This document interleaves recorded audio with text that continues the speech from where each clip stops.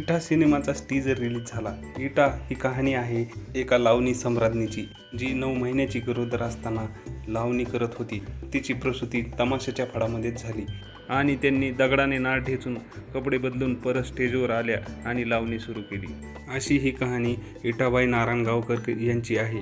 चला तर जाणून घेऊ नेमकी काय आहे विठाबाई नारायणगावकर यांची खरी कहाणी. गेल्या 10 वर्षात हिंदी सिनेसृष्टीत बायोपिक्सचा ट्रेंड जोरात सुरू आहे. आगामी काळात अनेक महत्त्वाकांक्षी चित्रपट प्रेक्षकांच्या भेटीला येणार आहेत. अभिनेत्री श्रद्धा कपूर हिच्या आगामी इठा या सिनेमाची निर्मिती आता अंतिम टप्प्यात आहे. लक्ष्मण उटेकर यांनी या सिनेमाचं दिग्दर्शन केलं आहे. या सिनेमाचा टीजर नुकताच थिएटरमध्ये दाखवण्यात आला.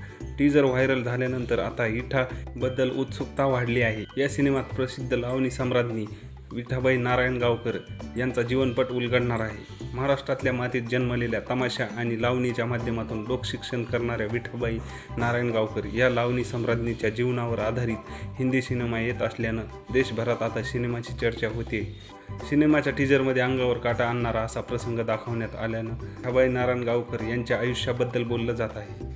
विठाबाईंचा जन्म 1935 मध्ये सोलापूर जिल्ह्यातल्या पंढरपुरात झाला. कलावंत कुटुंबात जन्मलेल्या विठा यांचं बालपणच तमाशाच्या फडात गेलं. त्यांचे आजोबा नारायण खुडे आणि वडील भाऊबापू नारायणगावकर यांचा स्वतःचा तमाशाचा फड होता.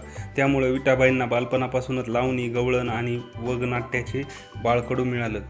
रीतसर प्रशिक्षण न घेता केवळ आपल्या उपजत कलेच्या जोरावर वयाच्या अवघ्या 10 ते 12व्या वर्षी त्यांनी रंगमंचावर पाऊल ठेवलं. पण त्यांच्यासाठी पुढचा प्रवास सोपा नव्हता. विठाबाईंच्या आयुष्यातील ती एक घटना आहे जी ऐकल्यावर आजही अंगावर काटा येतो. इटा सिनेमाच्या समोर आलेल्या टीजरमध्येही हाच प्रसंग दाखवण्यात आलाय.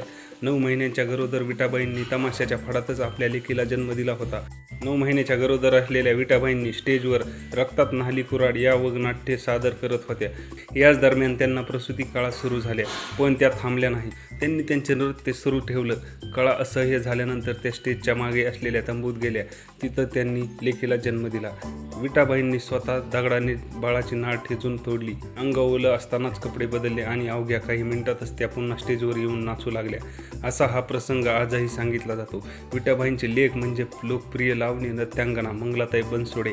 त्यांना देखील राष्ट्रपतींच्या हस्ते पुरस्कार देत गौरवण्यात आलं आहे. तसंच 1962च्या भारत-चीन युद्धादरम्यान देशाचं रक्षण करणाऱ्या जवानांचं मनोधैर्य वाढवण्यासाठी विठाबाई आपल्या कला पथकासह थेट नेफा सीमेवर गेल्या होत्या. तिथं रणरणत्या थंडीत आणि युद्धजन्य परिस्थितीत त्यांनी सैनिकांसाठी तमाशाचे प्रयोग सादर केले होते. राष्ट्रीय स्तरावर घेतली गेली कलेची दखल. विठाबाईंच्या या कलेची दखल राष्ट्रीय स्तरावर घेतली गेली.